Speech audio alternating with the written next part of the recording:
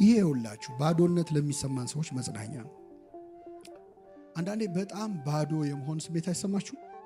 ይሰማል። በመንፈሳዊ ህይወታችን ባዶ የመሆን፣ በስጋዊ ህይወታችን ባዶ የመሆን፣ ተምረን ባዶ። እኔ እኮ ተምሬያለሁ እላለሁ እንጂ ምንም ሙቀት የለኝም፣ ጭንቅላቴ ባዶ ነው ይላል አንዳንዱ። ኪሴ ባዶ ነው ይላል። እኔ ልንገርህ፣ ምድርም አይሰማም። ባዶ ነበረች። አንተ ብቻ አይደለም ባዶ፣ ምድርም ባዶ ነበረች። አንዳንዴ ባዶነትን ስናየው የሚሞላ አይመስልም አይደል? ባዶ የምንሆንበትን ጥጉን ስናየው ተስፋ የሌለን ይመስለናል። እንኳን እኛን እግዚአብሔር ማንንም ሞልቷል፣ ምድርንም ሞልቷታል። ይኸውላችሁ ይችን ምድር እኛ ራሳችን እኮ ምድር ነን። በነገራችን ላይ ሰው የተፈጠረው ከምንድን ነው? ማይክሮኮዝም እኮ ነን። ሰማይና ምድር አሉ አይደል? የምድር ንዑስ ዓለም ነን። በትንሹ የተፈጠረው ምድር እኛ ነን። ምድር ካንተ የተነሳ የተረገመች ትሆናለች ሲባል እኮ የአዳም ሰውነቱ ነው።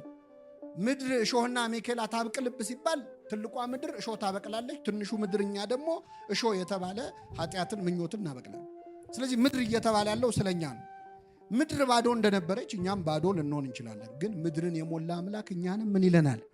ይሞላናል። ተስፋ እንዳቆርጡ ነው። የሆነ ሰዓት ባዶነት ሲሰማን ከዚህ በኋላ አሁን ጀምሬ ምን አድርጋለሁ? ምንም የለኝም የሚል ስሜት ይሰማናል።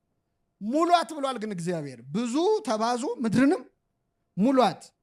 ቃል በቃል ሰው ወልዶ ተዋልዶ ምድር እንዲሞላ ነው። ግን እሱ ብቻ አይደለም። ምድር የተባለ ሰውነታችሁንም ሙሉት።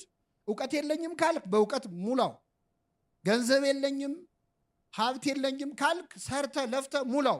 ብዙ ተባዙ ምድርንም ምን በሏት? ሙሏት። ግዟትም ደግሞ ይላል። ግዟትም በሉ እስኪ። አዎ እግዚአብሔር ምድርን እንድንሞላ ብቻ አይደለም እንድንገዛም ይፈልግ። ይሄ ማለት ሰውነታችሁን ግዙ።